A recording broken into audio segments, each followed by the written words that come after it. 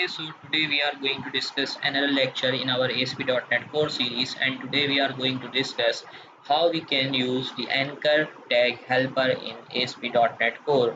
इससे प्रीवियस वाली क्लास के अंदर लेक्चर के अंदर हमने डिस्कस किया था कि टैग हेल्पर्स होते क्या हैं और उनको किस तरह से हम यूज़ कर सकते हैं अपनी एप्लीकेशन के अंदर। सो आज की इस लेक्चर के अंदर हम फोकस करेंगे कि एंकर टैग हेल्पर क्या होते हैं। ठीक है, सो आपके पास जैसे मैंने आपको बताया था कि दो टाइप्स के हमारे पास टैग हेल्पर्स होते हैं, बिल्ट इन और कस्टम। ठीक है, तो अभी हम बिल्ट इन टैग हेल्पर्स को डिस्कस कर रहे हैं और उसमें से जो पहला टैग हेल्पर है एंकर टैग हेल्पर, उसको आज हम डिस्कस करेंगे। ठीक है, so generating links using tag helpers. ठीक है, तो आज का जो टॉपिक है उसके अंदर हम देखेंगे कि हम टैग हेल्पर की मदद से लिंक्स जो है वो किस तरह से जनरेट कर सकते हैं ASP.NET Core MVC एप्लीकेशन के अंदर। So we have many different options to generate a link in ASP.NET Core। ठीक है, यानी ASP.NEट Core MVC एप्लीकेशन के अंदर हम डिफरेंट ऑप्शंस के थ्रू जो है लिंक को जनरेट करवा सकते हैं। सो हम आज डिस्कस करेंगे पॉसिबल ऑप्शंस को जिनके थ्रू हम लिंक को जनरेट करवा सकते हैं। सो उनके अंदर आपके पास जो पहला तरीका है वो है मैन्युअली जनरेटिंग द लिंक्स। ठीक है, हम मैन्युअली भी क्या कर सकते हैं, लिंक्स को जनरेट कर सकते हैं।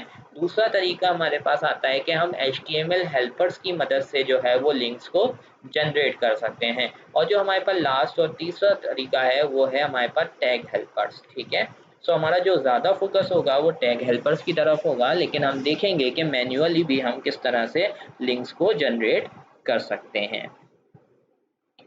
So in order to use the tag helpers, तो टैग हेल्पर को यूज़ करने के लिए first we have to use the add tag helper directive in the view import file. ठीक है, जो हमने डिस्कस की थी कि हमारे पास व्यू इंपोर्ट की फाइल होती है जिसके अंदर हम जो है वो टैग हेल्पर्स को डिफाइन कर देते हैं ताकि हम सारे पेजेस के अंदर उसको व्यूज़ के अंदर यूज़ कर सकें। ठीक है, सो फिर हम सबसे पहला काम क्या करेंगे, सबसे पहला काम हम अपनी व्यू इंपोर्ट फाइल के अंदर जाएंगे और उसके बाद हम इसको क्या करेंगे, हम यहाँ पर उसको ऐड करवा देंगे। ठीक है, along with the add tag helper directive आपको उसके साथ जो है क्या यूज़ करना होता है, आपको उसके साथ आपको ये भी मॉडिफाई करना होता है कि आप किस नेम स्पेस के लिए मॉडल नेम स्पेस। ठीक है, मॉडल नेम स्पेस भी आपको यहाँ पर स्पेसिफाई करना होता है। ठीक है, सो इस तरह से ये दो लाइंस आपको वहाँ पर ऐड करनी पड़ेगी जब आप टैग हेल्पर्स को यूज़ करना चाहते हैं। ठीक है,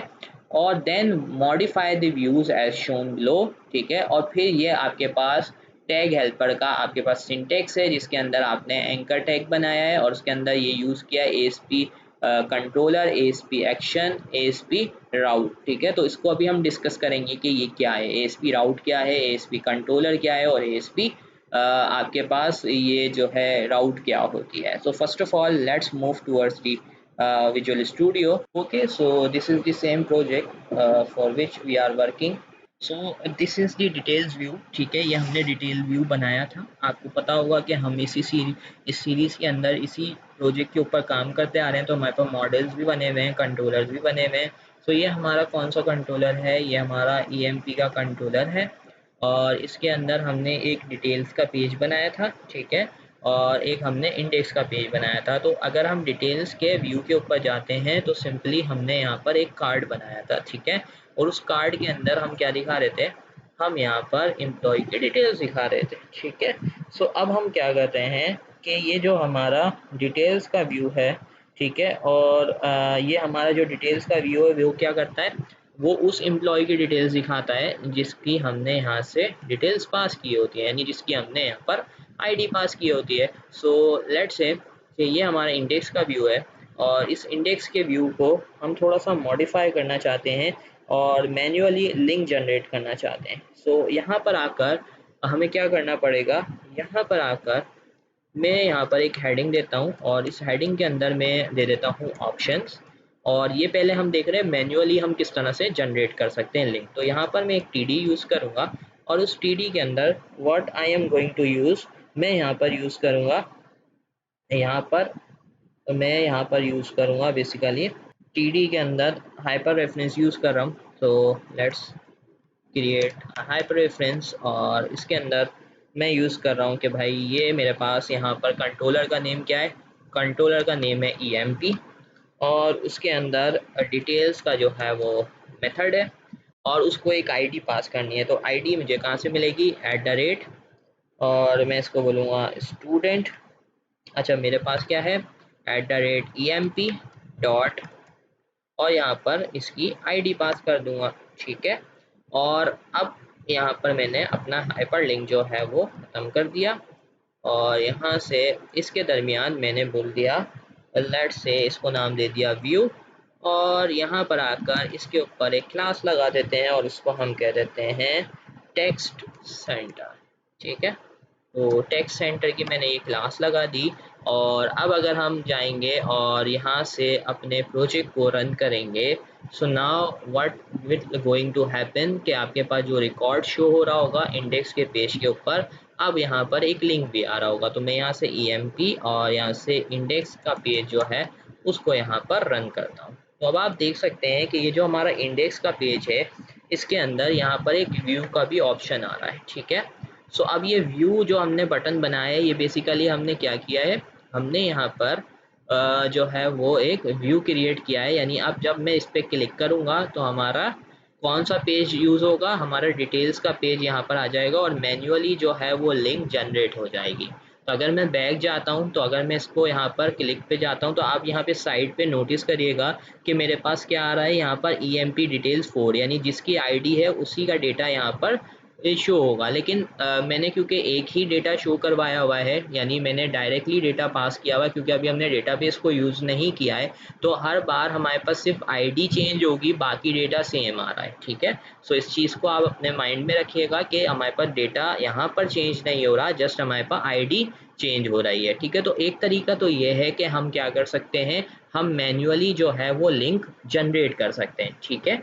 और दूसरा तरीका क्या है, तो अभी मैंने आपको बताया कि हम 3 तरीके से इसको यूज़ कर सकते हैं। तो फर्स्ट वे हमने यूज़ कर लिया, and now second way is to use HTML helper method, ठीक है। तो मैं यहाँ से अब जो लिंक है, एक तरीका हो गया मैनुअल। अब मैनुअल के बाद let's say I am going to create the link using HTML helper, ठीक है। तो HTML हेल्पर से हम किस तरह से लिंक जनरेट करेंगे, so what I am going to type, I will write HTML dot action link, और एक्शन लिंक के आप एट्रीब्यूट पास करेंगे, और यहाँ पर आके आप बोलेंगे कि भाई यहाँ पर लिंक टेक्स्ट के अंदर आपको शो करना है व्यू, और अब आप बताएंगे कि लिंक के क्रिएट होने के बाद एक्शन मेथड कौन सा यूज़ होगा। तो मैंने कहा डिटेल्स का मेथड है, ठीक है। तो यहाँ पर इसको बिल्कुल सही डिटेल्स देंगे, और उसके बाद आपने कहा भाई हमारा जो कंट्रोलर है उसका नेम है EMP, तो कंट्रोलर का नेम है EMP,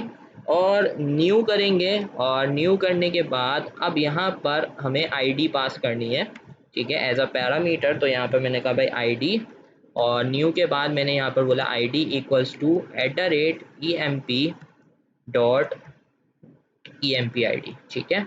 सो एक तरीका तो हमारे पास क्या है कि हम मैन्युअली लिंक जनरेट करें, जो अभी हमने देखा, और दूसरा तरीका क्या है कि हम HTML एक्शन मेथड को, यानी हमारे पास HTML हेल्पर मेथड्स को यूज़ करते हुए लिंक जनरेट करें। तो यहाँ से अब मैं Ctrl Z करता हूँ, और यहाँ से EMP, और उसके बाद मैं यहाँ से इंडेक्स पेज को रन करता हूँ। सो नाउ यू कैन सी कि हमारे पास अभी भी यहाँ पर क्या आ रहा है, ये व्यू का यहाँ पर ऑप्शन आ रहा है। तो अगर अब मैं आपको यहाँ से व्यू पेज सोर्स में लेके जाऊँ, so now you can see कि it is generating the links, ठीक है।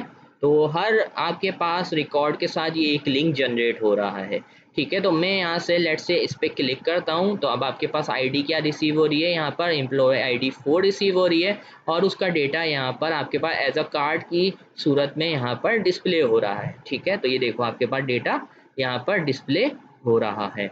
तो देखें यहाँ तक आपके पास क्या हो रहा है कि अभी हमने देखा कि ये एक वे था कि हम हेल्पर को यूज़ करें, और दूसरा वे था कि हमारे पास हम मैन्युअली ही लिंक्स को जनरेट कर लें। Okay, so now we are going to implement the third method, that is using the tag helper. So जैसे कि मैंने आपको स्टार्टिंग में बताया था कि जब हम tag helper को यूज़ करेंगे तो हम tag helper डायरेक्टिव को इंपोर्ट करेंगे, और फिर हम अपने लिंक्स को अपडेट कर देंगे जिस तरह से ये कोड लिखा हुआ है। तो यानी जो हमने मैन्युअली लिंक को जनरेट किया था उसकी जगह अब हम क्या कर देंगे, ये tag helper को यूज़ करेंगे, ठीक है।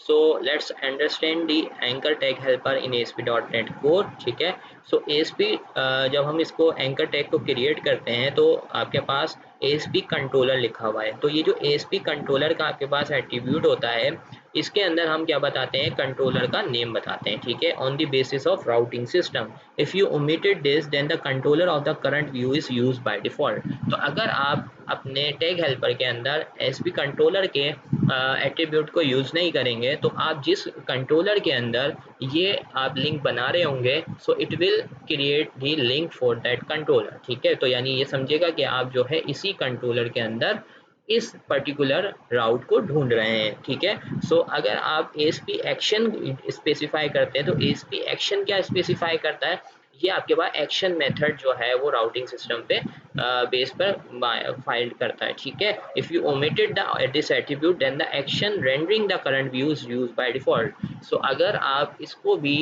यूज नहीं करते, यानी इसको भी आप यहाँ पे इसकी वैल्यू पास नहीं करते, तो फिर क्या होगा, तो जो करंट व्यू होगा जो कि रेंडर कर रहा होगा, बाय डिफॉल्ट वो वैल्यू आपके इस एट्रीब्यूट को आपके पास हो जाएगी। इसी तरह से आपके पास थर्ड एट्रीब्यूट होता है ASP route slash value. It is use to specifying the additional segment value, यानी आपने URL के अंदर कोई पैरामीटर वगैरह यूज़ किया है, सेगमेंट यूज़ किया है, तो उसके लिए आप इसको यूज़ करते हैं। For example ASP route ID is use to provide the value for the ID segment. तो अगर आप यहाँ पे यूज़ कर रहे हैं ASP राउट ID, तो इट मीन्स के you are going to pass the ID for this ID segment of the in the route. ठीक है, आप राउट के अंदर जो ID है उसकी वैल्यू पास करेंगे। ठीक है, the rendered anchors element hyper reference attribute value is determined by the values of these ASP attributes.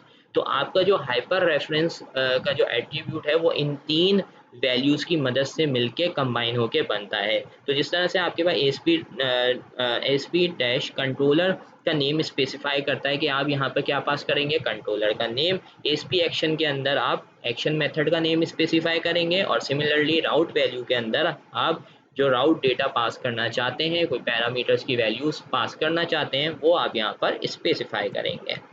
So when you will use this example, जैसे कि मैंने यहाँ पर ये एग्जाम्पल शो की है, तो अगर हम यहाँ पे यूज़ करेंगे ASP controller home, ASP action details, और ASP राउट के अंदर हमने, जैसे यहाँ पर स्टूडेंट है, हमारे केस के अंदर क्या पास किया हमने, एम्प्लॉय ID। सो हमारे पास उसकी बेसिस पे ये लिंक यहाँ पर जनरेट होगा। So let's verify this by using in the visual studio. सबसे पहले before working with the tag helpers, ठीक है, टैग हेल्पर के साथ वर्क करने से पहले हमें जाना पड़ेगा कहाँ पर, व्यू इंपोर्ट की फाइल के अंदर। तो हम जाते हैं व्यू इंपोर्ट फाइल के अंदर, और हमारी व्यू इंपोर्ट की फाइल आप देखेंगे से ये हमारे पास, यहाँ से ये वाली मैं डिलीट करता हूँ। ठीक है, और यहाँ से ये हमारी आ रही व्यू इंपोर्ट की फाइल। ठीक है, सो ये हमारी व्यू इंपोर्ट की फाइल है। तो अब हमें यहाँ पर क्या क्या ऐड करना है, फर्स्ट ऑफ ऑल हमारे पास employ test app dot models, यानी हमें नेम स्पेस यूज़ करना है कि हम कौन से मॉडल्स यूज़ कर रहे हैं। तो हम यहाँ से मॉडल्स यूज़ कर रहे हैं, और उसके बाद हम यहाँ पर यूज़ करेंगे ऐड यूजिंग। उसके बाद हमारे पास यूज़ होता है ऐड, अच्छा मुझे यहाँ पर यूजिंग नहीं लिखा। ठीक है, सो डायरेक्ट हम यहाँ पर ऐड टैग हेल्पर यूज़ करेंगे, और उसके बाद हमने स्टेरिक दिया, और उसके बाद सो ये हमारे पास स्पेलिंग हमने यहाँ से सेट कर ली। और उसके बाद अब यहाँ पर आते हैं, मैं इसको एक बार फिर से यहाँ पे लिख लेता हूँ @all। तो यहाँ से हम ऑल को स्पेसिफाई करना चाह रहे हैं। उसके बाद हम यहाँ पर कॉमा देंगे, और कॉमा के बाद अब हम यहाँ पे लिखेंगे Microsoft dot ASP net core dot MVC dot tag helpers. तो जब भी आप टैग हेल्पर्स को यूज़ करेंगे तो आपको ये लाइन लाजमी लिखनी है। ठीक है, सो अब आपने ये सेव किया, और सेव करने के बाद अब आप आएंगे अपने इंडेक्स के व्यू के अंदर, और अब जो है यहाँ पर आप टैग हेल्पर को यूज़ करेंगे। तो आप लिखेंगे ए, यहाँ पर आपने TD के अंदर यूज़ करना है, तो आप पहले ए स्पेस देंगे, उसके बाद लिखेंगे ASP, और उसके बाद आप लिखेंगे ASP के बाद आप यहाँ पर बोलेंगे कंट्रोलर। कंट्रोलर के अंदर आप बोल देंगे, लेट से हमारे कंट्रोलर का नाम है EMP। उसके बाद हम यहाँ पर क्या यूज़ करेंगे, हम यहाँ पर सिंपली अब उसके बाद यहाँ पर बताएंगे ASP स्लैश, उसके बाद हम यहाँ पर यूज़ करेंगे एक्शन, और यहाँ पर एक्शन के अंदर हमने बोल दिया भाई हमारे पास एक्शन का नाम है डिटेल्स, और उसके बाद ASP स्लैश, उसके बाद हम यूज़ करेंगे राउट, और राउट के बाद आपके पैरामीटर का नाम, तो हमने यहाँ पे लिखा है ID, और उसके बाद अब इसको वैल्यू कहाँ से मिलेगी, तो emp.empid, और उसके बाद अब यहाँ पर आकर हम अपने एंकर टैग को क्लोज कर देंगे, टैग हेल्पर को, और यहाँ पे मैंने बोल दिया व्यू। अपने व्यू इंपोर्ट पे जाते हैं और employ test app dot models, उसके बाद हमने यहाँ पर स्पेसिफाई किया है helper, I think there was some mistake. Okay, so यहाँ पर आई थिंक यहाँ पर ये मिस्टेक आ गई थी MVC की। स्पेलिंग मिस्टेक्स का आपको बहुत ख्याल रखना है, मैंने यहाँ पर यूज़ किया, अच्छा यहाँ पर डॉट नहीं आएगा, ठीक है। So there was some mistake, ठीक है। सो आप यहाँ पर लिखेंगे ऐड टैग हेल्पर, उसके बाद स्टैटिक, उसके बाद ये नेम स्पेस यूज़ करेंगे, सेव करेंगे, इंडेक्स पेज पे जाएंगे, और अब आप देख सकते हैं कि पहले मेरे पास ये यहाँ पर शो नहीं कर रहा था, अब देखें इसका कलर जो है वो चेंज हो गया है। तो इसका मतलब क्या है कि अगर आप व्यू इंपोर्ट के अंदर सही से इसको डिफाइन नहीं करेंगे, इन दो लाइंस को, यानी ये दो वैल्यूज़ को, तो फिर आपके पास ये सही से वर्क नहीं करेगा, ठीक है। तो अब मैं इसको रन करूँगा, सो नाउ यू विल सी कि हमारे पास जो आपके पास लिंक्स हैं वो जनरेट हो जाएंगे। सो अब यहाँ पे जाते हैं और हम यहाँ पे EMP टाइप करते हैं, तो ये हमारा इंडेक्स पेज है, आप देख सकते हैं लिंक्स भी जनरेट हो रहे हैं। और अब अगर मैं व्यू पेज सोर्स पे जाता हूँ, तो अब आप देखें यहाँ पर आपके पास ASP कंट्रोलर, ASP एक्शन और ASP राउट की जगह क्या आ रहा है, हाइपर रेफरेंस आ रहा है, ठीक है। और उसको वैल्यूज़ कहाँ से मिल रही हैं, यहाँ से मिल रही हैं, ठीक है। तो मैं अगर इस पर क्लिक करता हूँ, सो नाउ यू विल सी कि हमारे पास डिटेल्स के पेज के ऊपर रिजल्ट शो हो रहा है। अब इसी तरह से जैसे मैंने आपको बताया था कि अगर मैं ये स्पेसिफाई नहीं करता, ठीक है, इसी तरह से मैं ASP एक्शन भी स्पेसिफाई नहीं करता, तो अब इन दैट केस हमारे पास क्या होगा। सो अभी इसको रन करते हैं और देखते हैं कि अब हमारे पास क्या होगा। तो अब यहाँ पर जाते हैं और हमारा जो पेज था EMP, ठीक है, और यहाँ पर आते हैं और हम अपने व्यू पेज सोर्स में जाते हैं, तो अब देखिए लिंक्स क्या जनरेट हुई है, EMP इंडेक्स, तो ये क्या जाएगा, वो इसी पेज पे आपको भेज देगा जो करंट व्यू है। तो हम ऐसा तो नहीं चाहते, हम तो यहाँ से जो डेटा है वो डिटेल्स पे चाहते हैं, तो फिर हम यहाँ पर जो है वो ये वैल्यू स्पेसिफाई कर देंगे, कौन सी, ASP एक्शन की, क्योंकि हमें जो लिंक क्रिएट करना है वो किसके लिए क्रिएट करना है, डिटेल्स के पेज के लिए। तो अगर आप यहाँ पे ASP कंट्रोलर स्पेसिफाई नहीं करेंगे, तो ASP कंट्रोलर की जगह आपके पास क्या आ जाएगा, जो करंट कंट्रोलर है, जिस कंट्रोलर में आप काम कर रहे हैं, उस कंट्रोलर की वैल्यू उसको आपके पास यहाँ पर असाइन हो जाएगी। सो ये आपके पास दूसरा तरीका, ये आपके पास टैग हेल्पर का तरीका है कि आप लिंक्स जो है वो टैग हेल्पर की मदद से किस तरह से जनरेट कर सकते हैं। So now let's come to the advantages of the anchor tag helper. तो MVC के अंदर, यानी ASP.NET Core MVC के अंदर टैग हेल्पर जो है वो आपके पास लिंक जो है वो एप्लीकेशन राउटिंग टेम्पलेट की बेसिस पे जो है वो लिंक जनरेट करते हैं। इसका मतलब क्या है कि अगर इन फ्यूचर हमें राउटिंग टेम्पलेट्स को चेंज किया, तो हमारी जो लिंक हमने टैग हेल्पर्स के थ्रू जनरेट की है वो ऑटोमेटिकली उन आपके पास चेंजेस को रिफ्लेक्ट कर देगी, ठीक है। तो आपके पास जो जनरेटेड लिंक्स है वो एक्सपेक्टेड जिस तरह से अभी वर्क कर रही हैं उसी तरह से वर्क करेंगी without any trouble. On the other hand, अगर हमने जो है वो hard coded URL paths use किए, यानी जो हमने फर्स्ट तरीका देखा था, फर्स्ट वे देखा था जिसके अंदर हमने मैन्युअली लिंक्स को जनरेट किया था, तो फिर हमें उसको हर जगह जाकर, यानी जहाँ जहाँ हमने लिंक्स जनरेट किए हैं वहाँ जाके हमें URLs को अपडेट करना पड़ेगा। So let's understand with this an example, इसको अंडरस्टैंड करते हैं एग्जाम्पल के थ्रू। सो लेट्स से हम अपनी स्टार्टअप फाइल के अंदर आते हैं, और अभी हमने यहाँ पर क्या यूज़ किया हुआ है, डिफ़ॉल्ट राउट यूज़ किया हुआ है। सो लेट्स से मैं यहाँ पर आके बोलता हूँ कि मैं यहाँ पर अपनी मर्ज़ी के राउटिंग यहाँ पर जनरेट करता हूँ। तो मैं बोलता हूँ कि भाई हमारे पास यूज़ MVC, और उसके अंदर मैंने बोला राउट्स, ठीक है, और इसके अंदर मैं बोलता हूँ कि भाई मुझे राउट जनरेट करनी है, और मैं यहाँ पे बोलता हूँ राउट्स डॉट मैप राउट, ठीक है। और इसके अंदर मैंने बोल दिया लेट्स से डिफ़ॉल्ट, हमारे पास राउट का नाम है डिफ़ॉल्ट, और यहाँ पर आकर मैं बोलता हूँ भाई, तो यहाँ पर आकर मैं स्पेसिफाई करता हूँ, ये यहाँ पे मैंने बोल दिया ब्रैकेट के अंदर controller equals to home, comma, उसके बाद ठीक है कॉमा नहीं देना, स्लैश, उसके बाद ब्रैकेट के अंदर एक्शन। ठीक है, तो ये टेम्पलेट हम डिफाइन कर रहे हैं और हमने यहाँ पर फाइनली आईडी भी स्पेसिफाई कर दिया एज अ, और उसको हमने यहाँ पर पास कर दिया कि ऑप्शनल है। ठीक है, सो अब हमने अपनी राउट यहाँ पर डिफाइन कर दी है। ठीक है, और यहाँ पर आकर मैं इसको यहाँ से यहाँ पर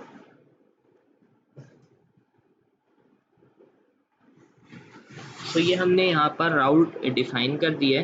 तो राउट डिफाइन करने के बाद अब अगर हम क्या करेंगे, अब अगर अभी हम जो है वो यूज़ करेंगे। ठीक है, लेट्स से कि मैं यहाँ पर जाता हूँ और लेट्स से यहाँ पर आते हैं इंडेक्स पेज के अंदर और मैं जो है एक राउट और जनरेट कर रहा हूँ, मैनुअल राउट। ठीक है, अब ये देखना कि एक राउट जो मैंने जनरेट की है वो किसके थ्रू की है, टैग हेल्पर के थ्रू, और एक राउट मैं जनरेट कर रहा हूँ यहाँ पर with the help of manual. ठीक है, सो यहाँ पे बना ई एम पी डिटेल्स और उसके बाद मैंने बोला E M P dot E M P I D. ठीक है, सो ये मैंने मैनुअल यहाँ पे राउट दे दी। ठीक है, इसको भी व्यू, इसको व्यू वन नाम दे देते हैं और थोड़ा सा स्पेस क्रिएट कर देते हैं इनके दरमियान और मैं कह देता हूँ यहाँ पर @NVSP। ठीक है, सो यहाँ पर ये मैंने यूज़ कर लिया और let's run this. Okay, so there was a mistake. ठीक है, यहाँ पे स्लैश आएगा। इसको अपडेट करने के बाद हम आते हैं अपने इंडेक्स के पेज पर। तो हमने जो मैनुअल लिंक जनरेट की थी, यहाँ से वो मैनुअल लिंक आ रही है और ये हमारी टैग हेल्पर की लिंक आ रही है और अब हम इसको रन करते हैं। सो अब इसको जैसे ही हम रन करेंगे और हम जाएंगे EMP के पेज पर यानी इंडेक्स पेज पर, तो अब हमारे पास दो लिंक्स जनरेट हो रही हैं। तो अभी अगर आप देखेंगे तो फर्स्ट वाली लिंक भी बिल्कुल सही वर्क कर रही है और सेकंड वाली भी। तो मैं व्यू वन पे क्लिक करता हूँ तो ये भी बिल्कुल सही वर्क कर रही है और अगर मैं व्यू को भी यूज़ करता हूँ तो ये भी बिल्कुल सही वर्क कर रही है। अब मसला कहाँ पर आएगा? ठीक है, so let's again move to the startup file और स्टार्टअप फाइल में जाकर लेट्स से अगर हमने अब क्या कर दिया, राउटिंग टेम्पलेट को चेंज कर दिया, यानी हमने यहाँ पर राउटिंग टेम्पलेट को इस तरह से चेंज कर दिया कि हम यहाँ पर एक क्या यूज़ कर देते हैं, अब एक स्ट्रिंग लिटरल यूज़ कर लेते हैं कंट्रोलर के नेम से पहले। तो मैंने यहाँ पर दे दिया लेट्स से .NET। तो अब क्या होगा, सो अब अगर जब जैसे ही मैं इसको यहाँ पर एग्जीक्यूट करूँगा और अब जाऊँगा मैं अपने इंडेक्स के पेज के ऊपर। ठीक है, सो मैं अगर अब इंडेक्स के पेज पे जाता हूँ और यहाँ पर जाकर मैं टाइप करता हूँ लेट्स से मैं यहाँ पर Ctrl Z करता हूँ और यहाँ पे मैं EMP टाइप करता हूँ, EMP इंडेक्स। क्या मसला आ रहा है यहाँ पर देखो? ठीक है, सो EMP इंडेक्स और उससे पहले मुझे अब क्या लिखना पड़ेगा, .NET भी लिखना पड़ेगा। ठीक है, सो अब ये कहाँ पर ऐड हो गया, ये हमारे कंट्रोलर से पहले यानी हमारे URL में ये एज अ प्रीफिक्स यूज़ हो गया है। ठीक है, तो अब हमें पहले ये स्ट्रिंग लिटरल पास करना पड़ेगा, फिर ही हमारा जो है यहाँ पे URL यानी राउटिंग इंजन वर्क करेगा। तो अब अगर मैं देखूँ यहाँ पर तो यहाँ पर भी क्या मसला आएगा, अगर ये जो लिंक देख रहे हैं ये लिंक किसके थ्रू जनरेट हुई है, ये टैग हेल्पर के थ्रू लिंक जनरेट हुई है और ये वाली लिंक किसके थ्रू जनरेट हुई है, ये आपके मैन्युअली जनरेट की है। तो अगर मैं मैन्युअली पे जाऊँगा तो ये वर्क नहीं करेगा, लेकिन अगर मैं टैग हेल्पर वाली लिंक पे जाता हूँ तो ये मेरे पास एग्जैक्ट उसी तरीके से वर्क करेगा जिस तरह से ये पहले वर्क कर रहा था। सो नाउ अगर आपके पास ऐसी सिचुएशन आती है जहाँ पर आपको राउटिंग टेम्पलेट को चेंज करना पड़ता है, तो फिर इस जगह पर आपके पास क्या आएंगे, प्रॉब्लम्स आएंगे। अगर आपने किसको यूज़ किया है, आपने यहाँ पर मैनुअल जो है लिंक्स को जनरेट किया है और अगर आपने टैग हेल्पर को यूज़ किया होगा तो उससे क्या होगा कि आपके पास जो टैग हेल्पर है वो एज इट इज़ वर्क करेंगे जिस तरह से वो पहले वर्क कर रहे थे। We also have tag helpers in ASP.NET Core to generate forms और हमारे पास ASP.NET Core के अंदर हमारे पास टैग हेल्पर्स हैं जिनके थ्रू हम फॉर्म जनरेट करते हैं और जब हमारा फॉर्म पोस्ट होता है बैक सर्वर के ऊपर, जो पोस्टेड वैल्यू होती है फॉर्म की वो ऑटोमेटिकली हैंडल्ड हो जाती हैं और जो एसोसिएटेड वैलिडेशन मैसेज हैं वो आपके पास डिस्प्ले हो जाते हैं। अगर हम इन टैग हेल्पर्स को यूज़ ना करें, ठीक है, तो हमें क्या यूज़ करना पड़ेगा, हमें बहुत सारा कस्टम कोड लिखना पड़ेगा इन सब चीज़ों को अचीव करने के लिए। तो अगर आपके पास ये चीज़ अभी क्लियर नहीं है तो इसको हम मज़ीद आगे अपने नेक्स्ट टॉपिक्स के अंदर डिस्कस करेंगे, तो फिर आपको ये चीज़ क्लियर हो जाएगी। और अभी के लिए हम इतना ही रखते हैं। आज के इस लेक्चर में हमने फोकस किया कि एंकर टैग हेल्पर क्या होता है, किस तरह से वर्क करता है। और आई होप कि आपको आज का लेक्चर समझ आया होगा। इंशाल्लाह नेक्स्ट वीडियो में हम इमेज टैग हेल्पर को डिस्कस करेंगे। सो तब तक के लिए अल्लाह हाफिज़।